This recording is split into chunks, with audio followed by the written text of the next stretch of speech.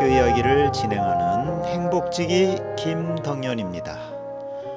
우리가 살아가면서 감사해야 할 분들이 참 많죠. 이번 주간은 스승의 날이 있고 또 5.18 민주화 운동 기념일이 있네요. 그래서 오늘 여러분과 함께 숨쉬는 모든 순간, 우리 주변의 소중한 것들에 대한 감사의 마음을 되새겨보죠. 우리는 일상 속에서 수많은 감사할 거리를 마주합니다. 아침을 깨워주는 햇살, 맛있는 음식을 나누는 가족, 힘든 시기에 건네는 따뜻한 위로, 그리고 문득 스쳐 지나가는 아름다운 풍경까지. 어쩌면 너무 익숙해서 그 소중함을 잊고 지낼 때도 있을지 모릅니다. 오늘은 잠시 멈춰서서 우리를 둘러싼 감사한 순간들을 떠올려보는 시간을 가지려 합니다. 김요한의 자녀로 시작합니다.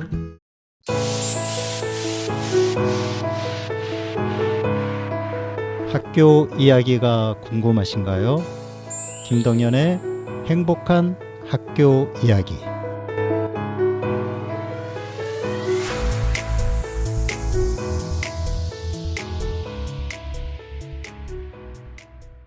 김요한의 자녀 듣고 왔습니다. 뭉클하죠? 이 곡은 아이의 출생과 유아기를 지나 질풍노도의 사춘기 청소년기를 지나고 이제 성인이 되어 마침내 결혼함으로 독립하기까지 자녀의 인생을 처음부터 끝까지 사랑으로 바라보는 부모의 애틋한 마음을 그린 곡입니다. 네가 행복하길 바래, 네가 잘 되길 바래, 이 세상의 부모 마음 다 같지 않겠니? 맞아요. 부모님 마음은 모두 같을 겁니다. 너무나도 감사하죠. 자, 첫 코너 들어갑니다. 저에게 너무나도 고마운 분, 유미라 선생님이 전하시는 직업의 세계, 세상의 모든 직업. 오늘은 운동 경기 심판에 대해 말씀해 주십니다. 세상의 모든 직업.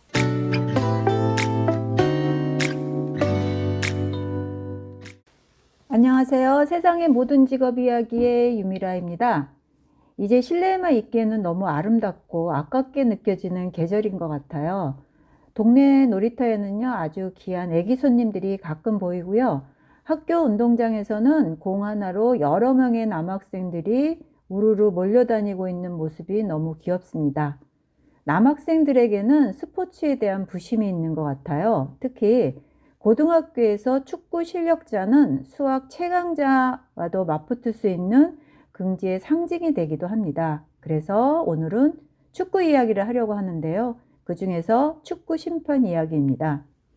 최근에는 스포츠 과학이나 스포츠 경영에 관심을 갖는 학생들이 증가하고 있습니다. 특별히 운동부가 아니어도 운동에 대한 관심이 단순히 운동 경기력 향상에 그치지 않고 스포츠 산업 전반에 걸쳐서 관심이 커지고 있는 것을 실감할 수 있습니다. 고등학교에서 운동부 선수로 등록되어 활동했던 학생들은 최종 목표가 프로구단이나 실업팀 입단, 대학 진학을 희망하지만 실제 운동을 중도에 포기하거나 좌절을 겪는 여러 사례를 확인했습니다. 그런데 작년에 수업 시간에 수업 자료로도 활용했던 바이에른 미넨 소속의 축구 국가대표 김민재 선수와 닮은 꼴로 유명세를 탄 정동식 심판의 일화를 TV 예능 프로에서 보면서, 물론 개인적인 차이는 있겠지만요, 정동식 심판의 직업에 대한 만족도는 물론 직업 세계의 이야기와 직업인으로 심판의 매력 포인트를 발견할 수 있었습니다. 최근에는 AI가 운동 경기 심판 판정에도 도입되고, 특히 축구에서는 공에 내장된 칩과 경기장 내 카메라 영상 분석을 통해서 공정성과 정확성이 높아지고 있고, 이 분야만 전담으로 하는 심판도 생겨나고 있다고 합니다.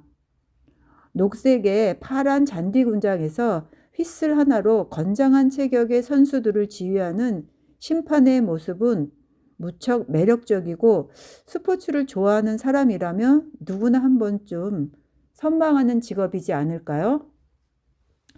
만약 저라면 배구나 탁구 경기 심판을 하고 싶네요.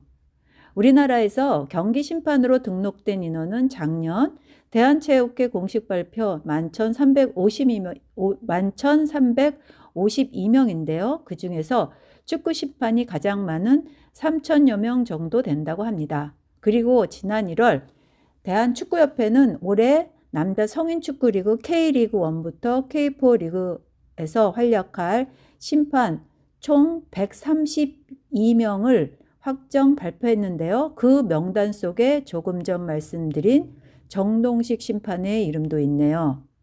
그럼 어떻게 하면 심판이 될 수 있을까요? 정동식 심판의 사례로 보자면 선수 생활을 하면서 본인의 재능의 한계를 느끼고 대학 2학년 때 심판으로 전향해서 5급 심판부터 프로축구인 K리그 심판까지 총 10년이 걸렸다고 합니다. 체력 테스트와 자격증 시험을 거친 심판 입문과정보다도 정동식 심판의 지금 현재 프로필을 보면 대한축구협회 심판과 눈에 띄는 것은요. 서초구청 환경공무관이라는 부분입니다. 이 환경공무관은 예전에 환경미화원이 명칭 변경된 직무입니다. 매년 있는 체력 테스트를 통과해야 하기 때문에 환경공무관 작업을 마치고 나머지 일과는 배달 알바와 체력 훈련을 일처럼 한다는 인터뷰 기사가 인상적이었습니다. 그리고 나는 별로 힘들지 않습니다. 지금은 너무 행복하게 일을 하고 있습니다. 왜냐하면 하고 싶은 일과 해야 될 일을 병행하면서 나의 꿈인 축구와 가족의 생계를 위한 공무관 일이 너무 좋습니다. 지금의 K리그 축구 심판이 되기까지 10여 년의 과정, 축구선수 시절까지 합한다면 그 배가 되겠죠. 그리고 지금 환경공무관 작업까지 뭐 하나 쉬웠던 일이 없었을 것 같네요. 정말 정동식 심판의 이 씩씩함이 너무 멋지고 부럽습니다. 스포츠 경기 심판의 미래 전망을 여러분들은 어떻게 보세요? 로봇이 심판을 보는 세상이 올까요? 전문가의 답변이 궁금해지네요. 오늘은 제가 개인적인 팬 입장에서 이야기를 하였는데요. 여러분의 넓은 이해를 부탁드립니다. 그럼 저는 다음 주에도 부지런히 찾아오겠습니다. 여러분 안녕히 계세요. 감사합니다. 지금 여러분은 수원공동체 라디오 김덕년의 행복한 학교 이야기를 듣고 계십니다. 탐 존스 Keep on Running 듣고 왔습니다. 이 곡은 펑크와 소울의 영향을 받은 락앤롤 곡입니다. 1965년 영국의 스펜서 데이비스 그룹이 발표했는데요. 탐 존스가 리메이크했습니다. 그녀를 위해 계속 달리며 언젠가는 그녀의 사랑을 얻을 것이라는 희망을 품고 있죠. 교육 소식 알아볼까요? 차원 기자 연결합니다. 안녕하세요. 네, 안녕하세요. 교육 언론 창기자 차원입니다. 반갑습니다. 네, 소식 전해주시죠. 네, 김동현 행복한 학교 이야기 청취자 여러분들은 다들 아실 만한 인물인데요. 바로 이주 교육부 장관이죠. 사회부 총리이기도 하고요. 대통령, 국무총리, 경제부총리 다음으로 이제 네 번째이기 때문에 이제 이분이 대한민국의 최고 지도자가 됐습니다. 그래서 저번에 제가 이분 바로 앞에 카메라를 들이대고 취재했던 그 기사가 있잖아요. AI에서 관련해서. 그래서 국군 통수권자 면전에 카메라를 제가 들이댄 셈이 됐는데, 아무튼, 그래서 이주 대통령 대행이죠, 이제. 이 돼서, 우리 윤근혁 기자가 AI 교과서 교육 혼란 이주 대통령 대행, 국정 혼란 없어야라는 제목으로, 이주 장관의 대통령 직무대행 소식과, 그 다음에 이 이주 장관이 어떤 일을 한 사람인지, 이런 것들을 정리해서 낸 기사가 있어서 가지고 와 봤고요. 일단 한상대는 맞자마자 국정 혼란이 없어야 된다고 강조했다고 해요. 저도, 그동안 비판을 많이 하긴 했지만, 이 어려운 시기만큼 우리 이주 대통령 권한대행이, 좀 잘 해서 지금의 이제 이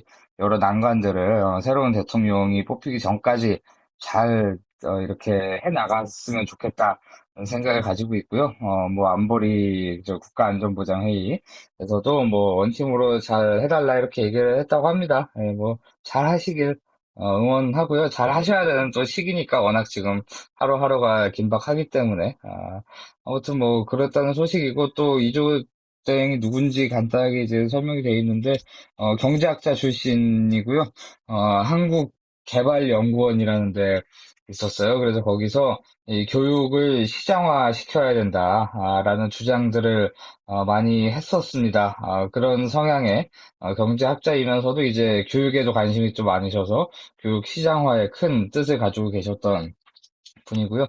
이명박 정부 출범할 때 이분이 기여를 좀 했어요. 그래서 원래는 MB맨 출신인 분이고, 그래서 2010년에 교육과학기술부 장관을 맡게 됩니다. 그러니까 이번에 교육부 장관이 된 거는 두 번째 교육부 장관인 셈이죠. 그래서 그때 10년에 장관하고 한덕수 총리랑 또 약간 또 비슷한 면이 있어요. 한덕수 총리도 두 번째 총리를 이번에 한 거잖아요. 그래서 윤석열 대통령, 저기 뭐야, 정 시절에 돌아와서도 또 교육부 장관으로 했고요. 그다음에 2008년에 이제 대선에서 캠프에서 그 이명박 당시 후보의 고교 다양화 300 프로젝트라는 공약을 이분이 또 만들었습니다. 이 300이 뭐냐 하면은 자율형 사립고, 자사고라고 하죠. 자사고 100개, 그다음에 기술형 공립고 150개, 그다음에 마이스터고 50개, 이렇게 합해서 300개가 되잖아요. 이렇게를 만든다는 그 뼈대를 세운 사람이고요. 그래서 뭐 지금 이제 이렇게 자사고가 또 많은 비판을 받고 있는데 저도 자사고 출신이긴 합니다만, 그래서 이런 문제들을 의 시발점으로 불리고 있는 그런 분이기도 합니다. 또 사교육 문제도 또 많이 심해지기도 했고, 그렇고요. 그 다음에 또 지금 이제 장관이 돼서는 AI 디지털 교과서를 굉장히 그 추진을 심하게 하셨던 그런 분이라서 또 거기에 대한 비판도 많이 받고 있는 분이고, 과거에 AI 업체들로부터 또 고액의 후원을 받은 사실이 드러나기도 했죠. 이 두 사건의 상관관계는 뭐 아직 밝혀진 건 없습니다만. 네, 뭐 사실 한 달 정도 남았고 가장 중요한 임무가 공정한 선거 관리 그거겠죠. 네. 뭐 잘 하시리라 생각을 합니다. 자, 그럼 오늘 선곡은 어떻게 되나요? 오늘 선곡은 뭐 기사랑 큰 관련은 없고요. 그냥 제가 좋아하는 노래 중에 제가 오아시스를 좋아하기 때문에 오아시스의 Don't Look Back in Anger라는 곡을 준비해봤습니다. 음, 오아시스의 뭐라고요? Don't Look Back in Anger라는 아, 노래인데요. 예, 네. 대표곡들 중에 하나고요. 예, 멜로디가 참 좋아서 같이 들어보면 좋겠다 해서 가져와 봤습니다. 오늘은 서하은, 신다감, 한지연 학생이 러시아의 겨울을 소개합니다. Hello, здравствуйте, конnichiwa, 봉수. 大家好， Building bridges to a wider world. 여기는 다문화학교입니다. 안녕하세요. 러시아를 말하다 저희는 방과후 학교입니다. 저희가 오늘 소개해드릴 주제는 러시아인들이 추운 겨울을 나는 방법입니다. 먼저 러시아인들이 추운 겨울을 어떻게 나는지를 알아보기 전에 러시아의 겨울에 대해서 짧게 소개해드리고 넘어가도록 하겠습니다. 제냐, 러시아 겨울하면 무엇이 떠오르나요? 시베리아의 하얀 눈과 차가운 바람이 생각나는 것 같아요. 맞아요. 러시아의 겨울은 다른 나라의 일반적인 겨울과 다르게 특별히 추운데요. 특히 그중에서도 북부의 시베리아는 한여름에도 영상 20도를 넘지 않는 기온에 9월 초면 첫눈이 내리는 지역도 존재합니다. 러시아인들은 영하 40도 이하는 추위가 아니다라고 말할 정도로 추위에 대한 일종의 자부심마저 있죠. 이런 러시아의 혹독한 겨울을 러시아인들은 어떤 방식으로 이겨낼까요? 러시아인들은 정말 이색적인 방법으로 추운 겨울을 이겨내는데요. 제가 느낀 것 중 가장 이색적인 방법은 얼음물에 들어가는 것 같아요. 러시아인들은 겨울 수영을 즐기는 걸로 유명한데요. 밖에서 산책이나 운동, 찜질을 한 뒤에 눈 밭에서 뒹굴거나 호수나 강의 얼음을 깨고 수영을 하면서 겨울을 이겨낸다고 해요. 안나, 겨울 수영을 생각하면 어떤 게 생각나나요? 근데 물이 너무 차가워서 들어가는 게 어려울 것 같고 감기에 걸릴 것 같아요. 대부분의 사람들은 겨울 수영을 하면 감기에 걸리거나 추위를 못 이겨낸다고 하지만 사실 겨울 수영은 만성 피로와 우울증에서 벗어나 기분 전환을 할 수 있는 수단이라고도 합니다. 또한 러시아인들은 한번 얼음 구멍에 들어가 보면 그 재미와 황홀함을 또 느끼고 싶어서 반드시 다시 들어가 보고 싶다고 하네요. 겨울 수영 다음에는 따뜻한 사우나를 즐기는데요. 우리나라 동네 곳곳에 대중 목욕탕이 있듯이 러시아에서도 동네마다 러시아식 사우나, 바냐가 있습니다. 러시아식 목욕탕 바냐에서는 목욕보다는 사우나, 즉 건식 사우나를 주로 이용합니다. 바냐 중에서도 역사와 전통을 자랑하는 유명한 바냐가 있어 러시아 관광 명소로 추천합니다. 그렇다면 러시아의 난방기구에 대해 알아볼까요? 한국에 온돌이 있다면 러시아에는 페치카가 있습니다. 페치카는 러시아식 벽난로로 아궁이 안에 밀가루 반죽 등을 넣어 오븐처럼 굽거나 냄비 등을 아궁이 앞이나 위에 놓아 데우기도 합니다. 우리나라에서도 과거 국군 막사에서 페치카를 사용했다고 해요.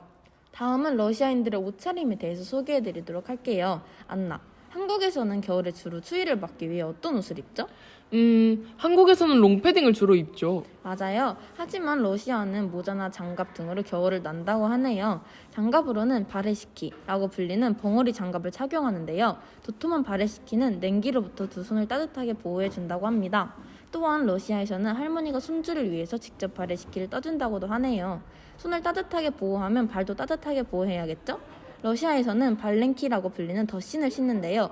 양모 펠트로 만든 덧신은 발을 따뜻하게 감싸줍니다. 하지만 방수가 되지 않고 밑창이 없어서 고무 덧신이라고 불리는 갈로시와 같이 신는다고 해요. 안나, 러시아인들은 겨울을 나기 위해서 털모자를 쓴다고 들었던 것 같은데 어떤 모자를 쓰나요? 러시아인들은 귀덮개 모자인 우샨카를 쓴다고 해요. 우샨카는 귀덮개가 달린 모자로 러시아로 귀를 뜻하는 우시에서 비롯되었다고 합니다.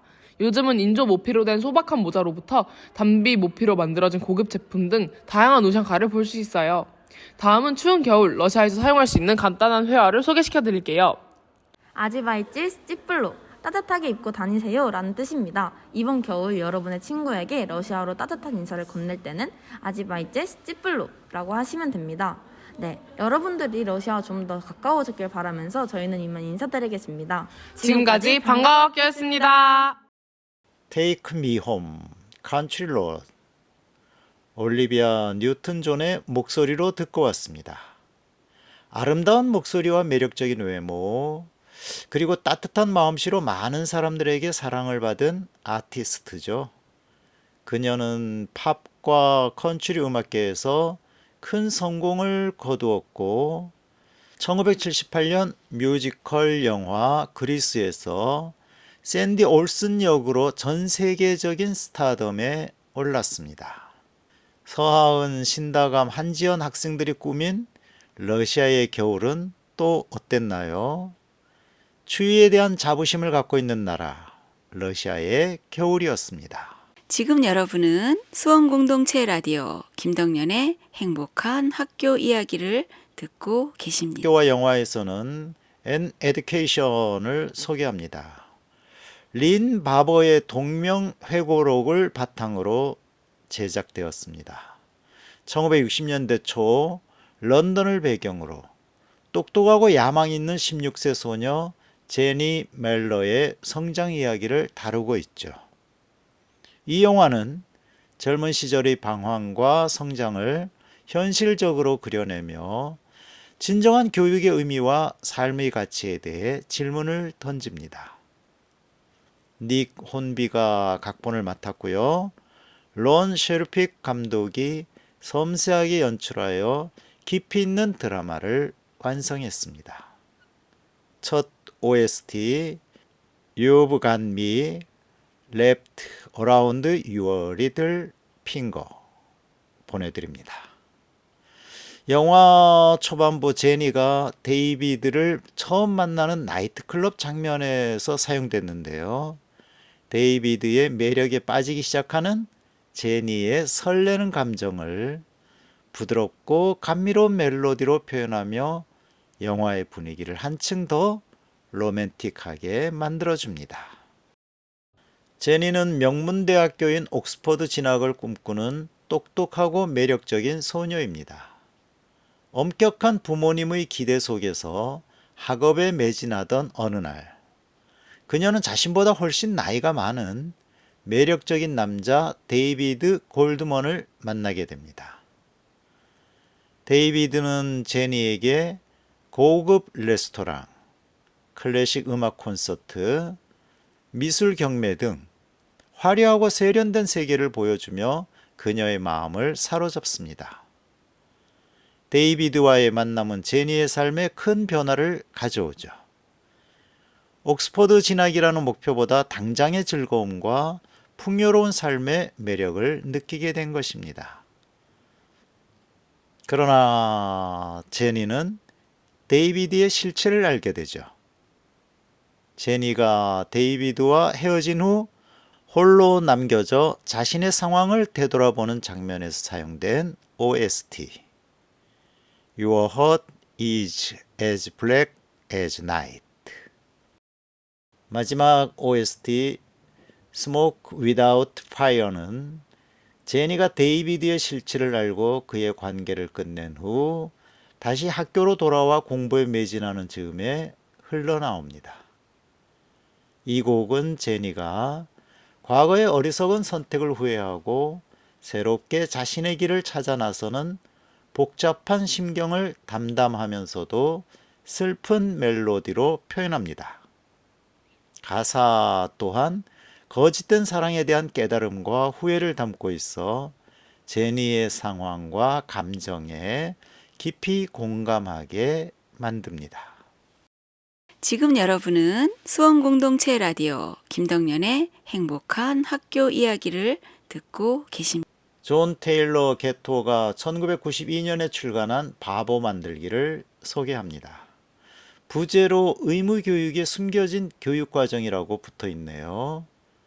이 책은 미국 교육 시스템에 대한 급진적인 비판을 담고 있으며 의무적인 공립학교 교육이 아이들을 진정으로 교육하기보다는 사회 시스템의 부속품처럼 순종적인 존재로 만드는 숨겨진 교육 과정을 운영하고 있다고 주장합니다. 게토는 30년 가까이 뉴욕 공립학교에서 교사로 재직하면서 미국의 학교 시스템이 의도적으로 아이들의 독립적인 사고, 호기심, 자기지식, 집중력, 그리고 학습의 필수적인 고독함을 억압하도록 설계되었다고 결론 지었습니다. 그는 학교가 아이들에게 진정한 지식을 가르치기보다는 명령에 복종하는 법을 가르치며 사회적 계층을 받아들이고 무관심하며 감정적으로 의존적인 존재로 만든다고 주장합니다. 게토는 이러한 숨겨진 교육 과정이 아이들의 잠재력을 억누르고 진정한 학습 능력과 독립적인 사고 능력을 저해한다고 비판합니다. 그는 대안적인 교육 방식으로 독립학습, 지역사회봉사, 충분한 고독시간, 다양한 성인들과의 도제식 교육 등을 제시하며 아이들이 획일적인 사회에서 벗어나 스스로 문화를 만들고 경제 및 사회활동에 적극적으로 참여할 수 있도록 도와야 한다고 주장합니다. 바보 만들기는 출간 이후 교육계에 큰 논쟁을 불러일으켰죠. 홈스쿨링 운동을 비롯해 대안교육에 대한 관심을 높이는 데 영향을 미쳤습니다. 이 책은 오늘날까지도 교육 시스템에 대한 비판적인 시각을 제시하는 중요한 저서로 평가받고 있습니다. 김창완의 어머니와 고등어 2023년 리마스터 버전입니다.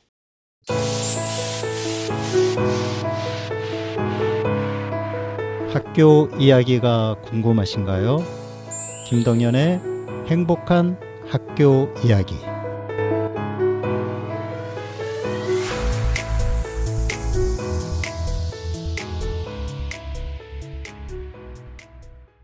오늘 우리 주변의 소중한 것들에 대한 감사의 마음을 되새겨 보자고 했죠. 감사하는 마음을 표현하는 것은 받는 사람뿐만 아니라 표현하는 사람에게도 큰 행복을 가져다 줍니다. 고맙습니다 라는 짧은 한마디가 때로는 큰 위로와 격려가 되기도 합니다. 이제 마지막 곡으로 브래드의 명곡이죠. If 보내드리며 행복학교 문을 닫습니다. 지금까지 행복지기 김덕연이었습니다. 행복이 늘 당신 곁에 있기를.